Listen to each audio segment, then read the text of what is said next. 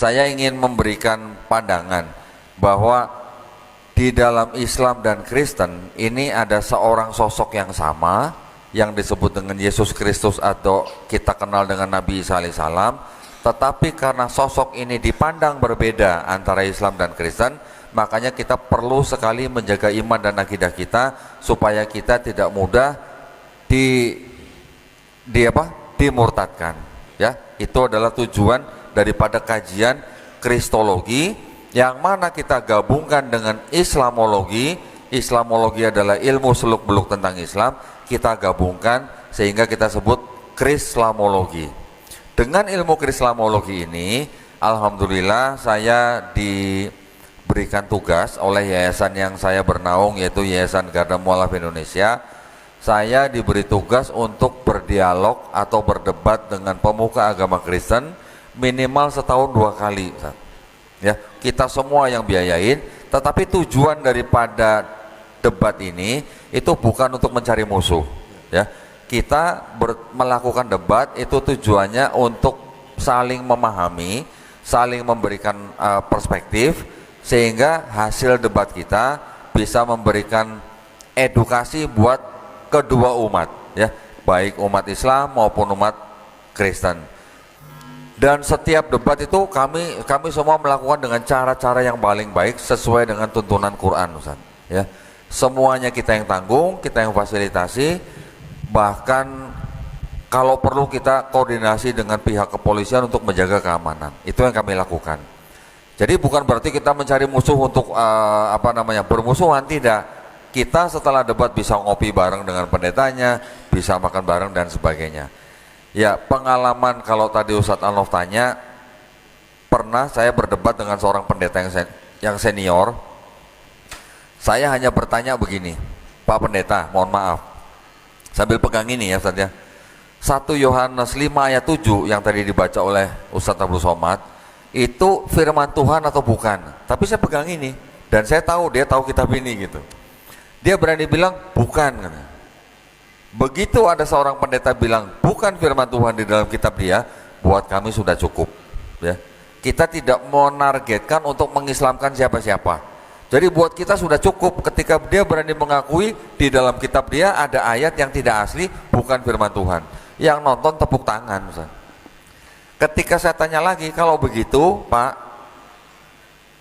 kitab yang Bapak pegang di meja itu kitab suci atau bukan? Dia bilang apa? Bukan. Sudah buat kita udah cukup. Yang nonton tepuk tangan lagi, tambah kenceng lagi Ustaz. Ya, jadi artinya kita hanya butuh pengakuan bahwa ketika kita bisa membuktikan di dalam kitab mereka ada kebenaran tapi juga ada kebatilan, buat kita mendapat pengakuan dari mereka, buat kita sudah cukup. Ya, yang penting yang menonton kan, yang menonton, umat Islam yang menonton, yang kita harapkan iman dan akidahnya tambah kuat. Kalau ada dari kalangan Kristen yang menonton terus kemudian mereka masuk Islam, itu hanya bonus buat kita. Karena kita semua tahu hidayah milik Allah SWT.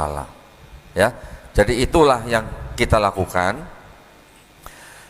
Kita juga sekarang jadi banyak, alhamdulillah didatangi oleh orang-orang dari kalangan Kristen dan juga dari kalangan Islam. Yang kalangan Kristen mereka ingin melihat sendiri bukti-bukti yang saya punya. Bahkan ada yang datang, seorang perempuan dari kota Semarang, minta izin, kok boleh nggak saya foto-foto bukti-buktinya yang Kodoni punya? Boleh, silakan foto.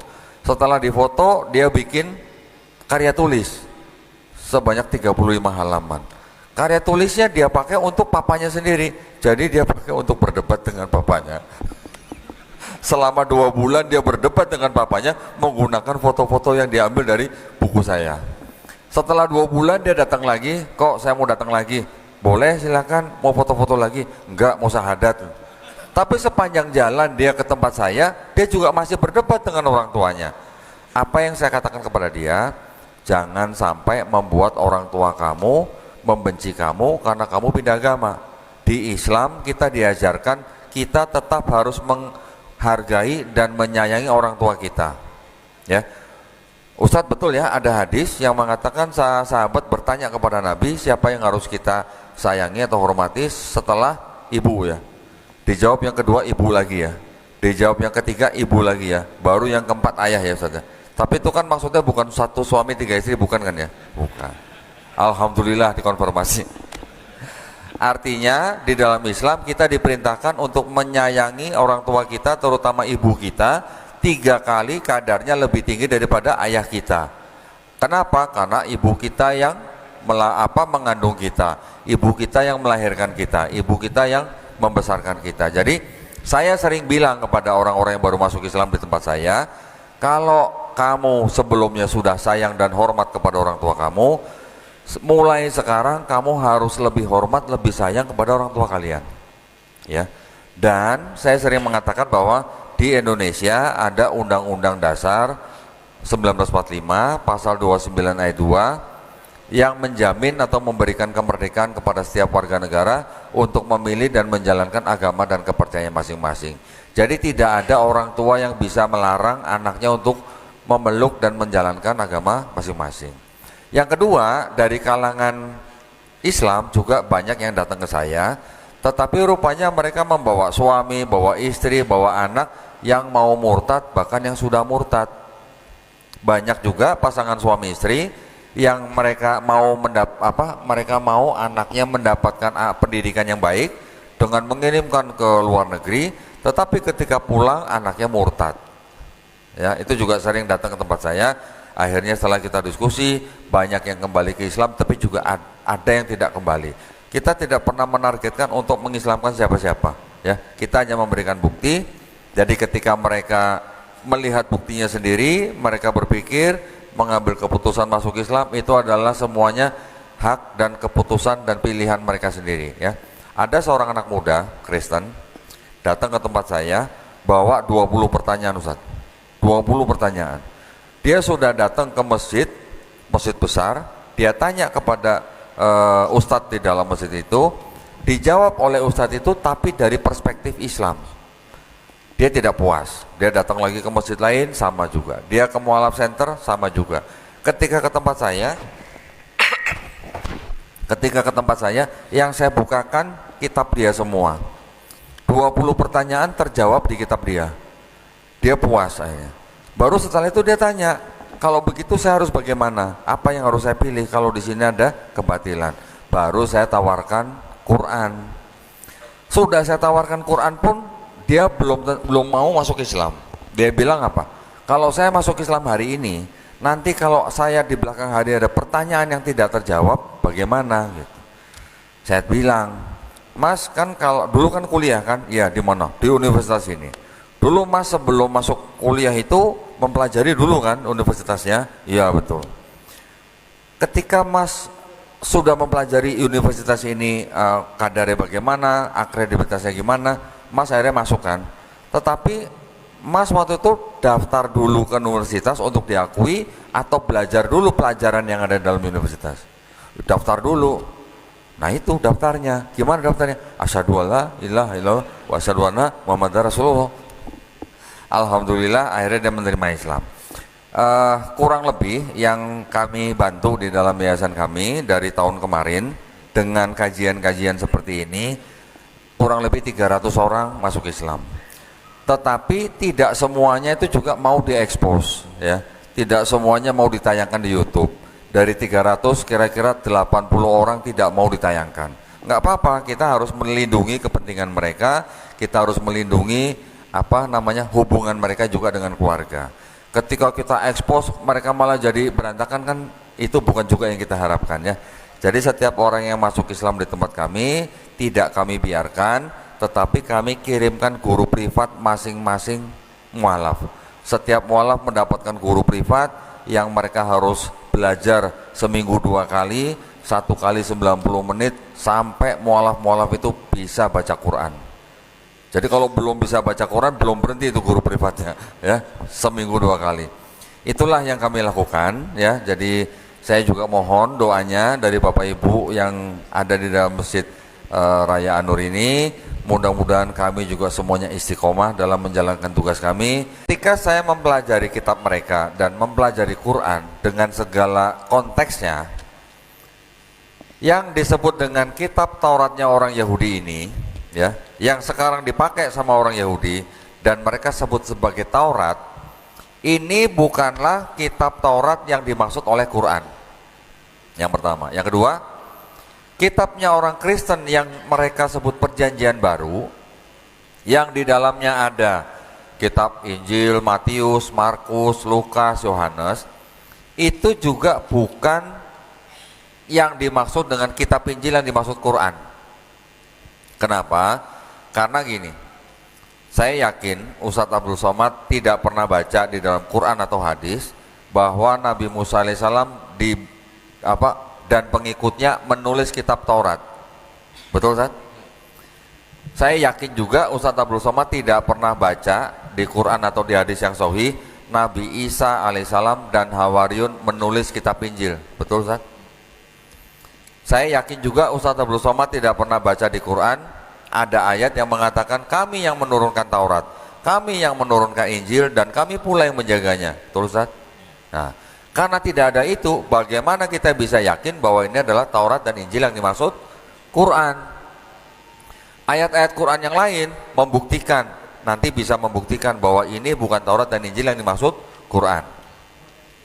Ketika kita membaca misalnya di Quran surat As-Saff ayat ke berapa? 6 ya. Yang menceritakan Nabi SAW bahwa nanti akan ada rasul lagi yang datang bernama Ahmad. Betul kan? Apakah di sini ada nama Ahmad? Saya sudah cari. Tidak ada. Kalau indikasinya ada, indikasinya. Tetapi tertulis Ahmad atau Muhammad itu tidak ada menurut saya ya. Kenapa? Karena di dalam kitabnya orang Taurat ada orang Yahudi ada ayat Kidung Agung pasal 5 ayat 16 yang tertulis nama Muhammadim. Beberapa teman saya dan guru saya juga ada yang mengklaim bahwa itulah nama Nabi Muhammad SAW yang ada di dalam kitabnya orang Yahudi. Tetapi saya sudah pelajari bahwa kata Muhammadim yang ada di dalam Kidung Agung 5 ayat 16 itu selain satu artinya yang terpuji, kedua ayat kata Muhammadim itu di dalam seluruh kitabnya orang Yahudi ada 12 kali atau 12 ayat. Kalau semua ayat itu diterjemahkan menjadi Muhammad, terjemahan dalam satu kalimat itu akan kacau, tidak cocok gitu ya. Karena arti yang sebenarnya adalah yang terpuji. Tapi kalau ditanya ada nggak indikasinya? Ada indikasinya bahwa ada ayat-ayat yang berindikasi bahwa ada nabi lagi yang dibangkitkan yang ciri-cirinya sangat pas dengan Nabi Muhammad SAW baik di perjanjian lama maupun di perjanjian baru. Tetapi, nah ini saya sering sebelum saya tampil di publik, saya sering berdiskusi dan berguru dengan guru-guru ya di Majelis Ulama Indonesia. Dalam hal kita berdakwah ya di publik, yang mana yang menonton tidak hanya umat Islam, saya diperintahkan atau diajari untuk tidak menafsir kitab suci orang. Karena apa? Karena kita umat Islam juga tidak mau Quran kita ditafsir secara salah oleh orang yang bukan Islam. Setuju, Ustaz ya? Nah, maka itu kita tidak boleh menafsirkan kitab suci orang dengan kacamata di luar agama mereka. Walaupun kita tahu bahwa di dalam kitab mereka yang separuh ini punya kitab orang Yahudi dan sudah ditafsir secara sebelah oleh Kristen, tetapi setelah ini dianggap menjadi kitabnya Kristen, kita tidak boleh menafsirkan kitab ini dengan kacamata yang selain agama mereka. Walaupun kita bisa membuktikan bahwa mereka menggunakan kitabnya orang Yahudi dan merubah-rubah terjemahannya, itu urusan lain ya, itu adalah urusan akademis dan ilmiah. Nah, jadi ketika Ustaz bertanya kitab yang disebut dengan Taurat Injil apakah ini dan ini? Apakah ini dan ini? Bukan ya. Ketika kita membaca juga di Quran surat Al-A'raf ayat 157, mereka beriman kepada nabi yang ummi yang namanya tertulis di dalam Taurat dan Injil. Saya sudah cari di sini nggak ada, di sini nggak ada. Jadi kalau di sini tidak ada, berarti ini bukan Taurat dan Injil yang dimaksud oleh Quran surat Al-A'raf 157. Itu jawaban saya, Ustaz. Kalau kita baca Quran ada ayat yang berbunyi kira-kira mereka sudah mengubah-ubah ya wahyu yang diterima dan mereka mengaku itu berasal dari Allah dan mereka menjual dengan harga yang murah. Ternyata yang tadi Ustadz Abdul Somad sebutkan ada Matius, Markus, Lukas, Yohanes.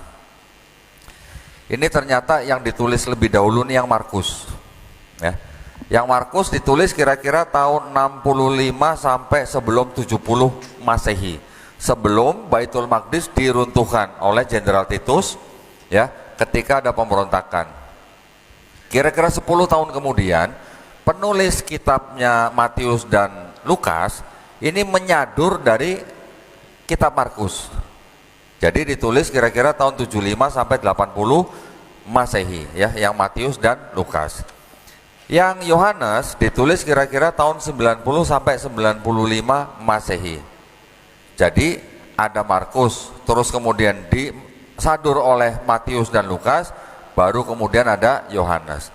Karena Matius dan Lukas menyadur Markus, maka ketiga kitab ini disebut kitab sinoptik, ya. Tapi ternyata yang Markus ini penulisnya menyadur novelnya penulis namanya Homer. Ada novel yang menceritakan tentang Raja Odyssey yang menghancurkan kota Trojan, ditulis oleh penulis yang bernama Homer. Homer ini hidupnya abad ke-8 sampai ke-7 sebelum Masehi. Kisah Raja Odyssey yang kembali dari kota Trojan ke negerinya yaitu kerajaan Iliad selama 10 tahun, kisahnya diadopsi oleh penulis Markus. Ya, jadi Markus mengadopsi cerita novel, kemudian sama Kristen dijadikan kitab suci. Ya, ini mohon maaf, ini fakta. Belum ada pendeta yang membantah orang Kristen ini yang menulis ini. Yang Yohanes menyadur penulis bernama Euripides yang hidup dari tahun 480 sebelum Masehi sampai 406 sebelum Masehi, menulis novel tentang Dionysus, anak dewa Zeus. Disadur oleh penulis Yohanes menjadi kitab suci orang Kristen. Jadi tadi ada Markus menyadur Homer, Yohanes menyadur Euripides, Matius dan Lukas menyadur Markus. Jadi ini saling sadur menyadur begitu. Dan hal itu adalah biasa pada zaman itu, karena orang pada zaman itu bisa menulis sesuatu, menyadur sana menyadur sini dan mengaku sebagai orang lain, itu belum jadi kriminal gitu. Tidak jadi kriminal. Makanya bisa terjadi seperti ini. Tetapi walau bagaimanapun, di dalam kitab yang ada kontradiksinya, yang sadur menyadur, yang ada kebatilannya, ternyata masih ada yang namanya kebenaran. Nabi Muhammad SAW sendiri melarang sahabatnya untuk menerima semuanya atau menolak semuanya, ya. Juga Nabi Muhammad SAW sendiri malah mengizinkan sahabat Said bin Sabit untuk belajar bahasa Ibrani, supaya dia juga bisa membaca gulungan-gulungan yang disimpan oleh para sahabat. Jadi intinya kita masih bisa bilang bahwa di dalam kitab mereka ini, baik dari kalangan Yahudi dan Nasrani, ini masih ada kebenaran. Tetapi ini sudah bercampur dengan kebatilan. Saya jelaskan sedikit lagi tadi tentang yang di Perjanjian Baru. Di Perjanjian Baru ini juga bisa dibagi menjadi 4 kitab yang disebut tadi Matius, Markus, Lukas, Yohanes, dengan tulisan-tulisan orang yang disebut dengan Paulus. Paulus inilah yang menjadi pendirinya agama Kristen, Ustaz. Jadi bukan Yesus, ya Ustaz, ya. Yang mendirikan agama Kristen atau yang pertama kali disebut Kristen itu adalah orang yang bernama Paulus, bukan Yesus. Ya, ketika Paulus dan Barnabas sudah tinggal di kota Antioquia, mereka dan pengikutnya baru disebut sebagai orang Kristen. Ajarannya Paulus dan ajaran Yesus yang tertulis dalam kitab mereka ini ada yang tidak matching, tidak sejalan. Tidak sejalannya bagaimana? Yesus di dalam Matius pasal 5 ayat 17-18 mengatakan, jangan kamu menyangka aku datang untuk membatalkan hukum Taurat. Aku datang bukan untuk membatalkan hukum Taurat, tapi untuk menggenapinya. Selama langit dan bumi belum lenyap, satu iota atau satu huruf yang paling kecil dalam bahasa Ibrani tidak akan dihilangkan. Artinya sampai kiamat Taurat itu tetap berlaku buat orang Yahudi.